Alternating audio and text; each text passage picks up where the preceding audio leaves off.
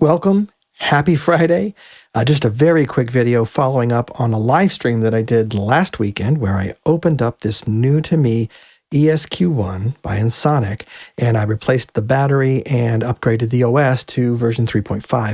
And I spent the last week, actually evenings over the last week, learning it. I've read the manual front to back and have been working with the sounds, internal sounds, and have built a few of my own. And this thing has absolutely exceeded my expectations. It's blown my mind. It's wonderful. It's probably my favorite vintage synth at this point, and there are a number of reasons for that. I'm going to get into those in a future video where I dive deep into the architecture of how this thing works and why it's so amazing. But if you're not familiar, the ESQ1, it sounds like this.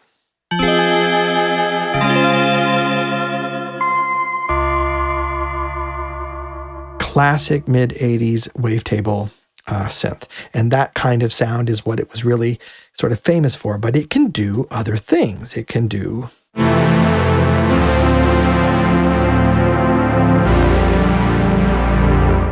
analog-ish strings and a number of other things.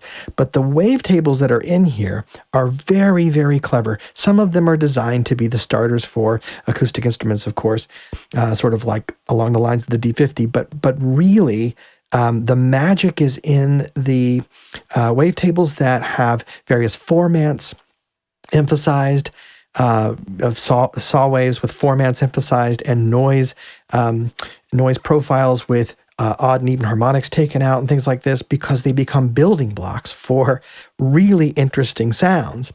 And the second thing that's really fantastic about it, so this is by Ensoniq, an American company, and prior to this instrument, they had built and released one of the world's first affordable samplers called the Mirage, the Ensoniq Mirage.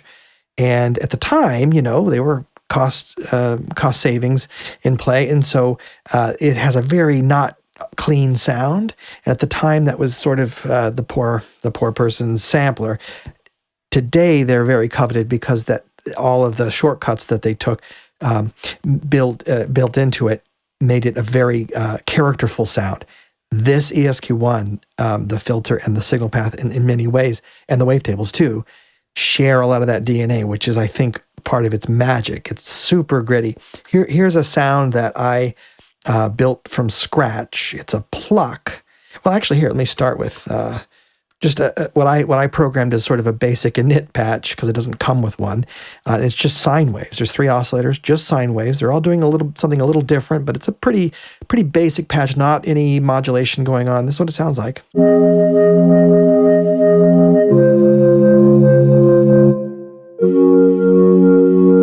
Absolutely gorgeous. Now it's going through a little reverb, but these sine waves are kind of a mess, right? They're a little bit, they have movement in them, they have harmonics a little bit, they're noisy. That's not how sine waves are really supposed to be. But that's where the character comes. So anyway, we'll dive into that in a future video. But I built this pluck sound.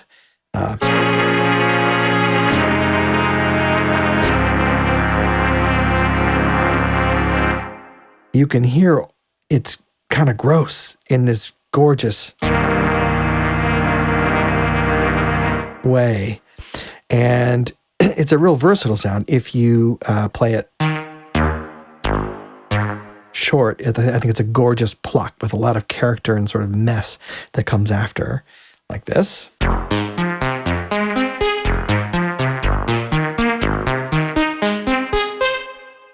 Absolutely beautiful. So in this little short video, I thought I would sort of show this sound, talk a little bit about it, share my thoughts, and maybe play us out. I put that sequence that I just played into the Hey Packs, so I'll start it.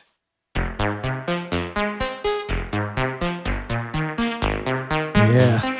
And sort of to fatten it up, I'm going to add the Korg ARP 2600 reissue. It's here.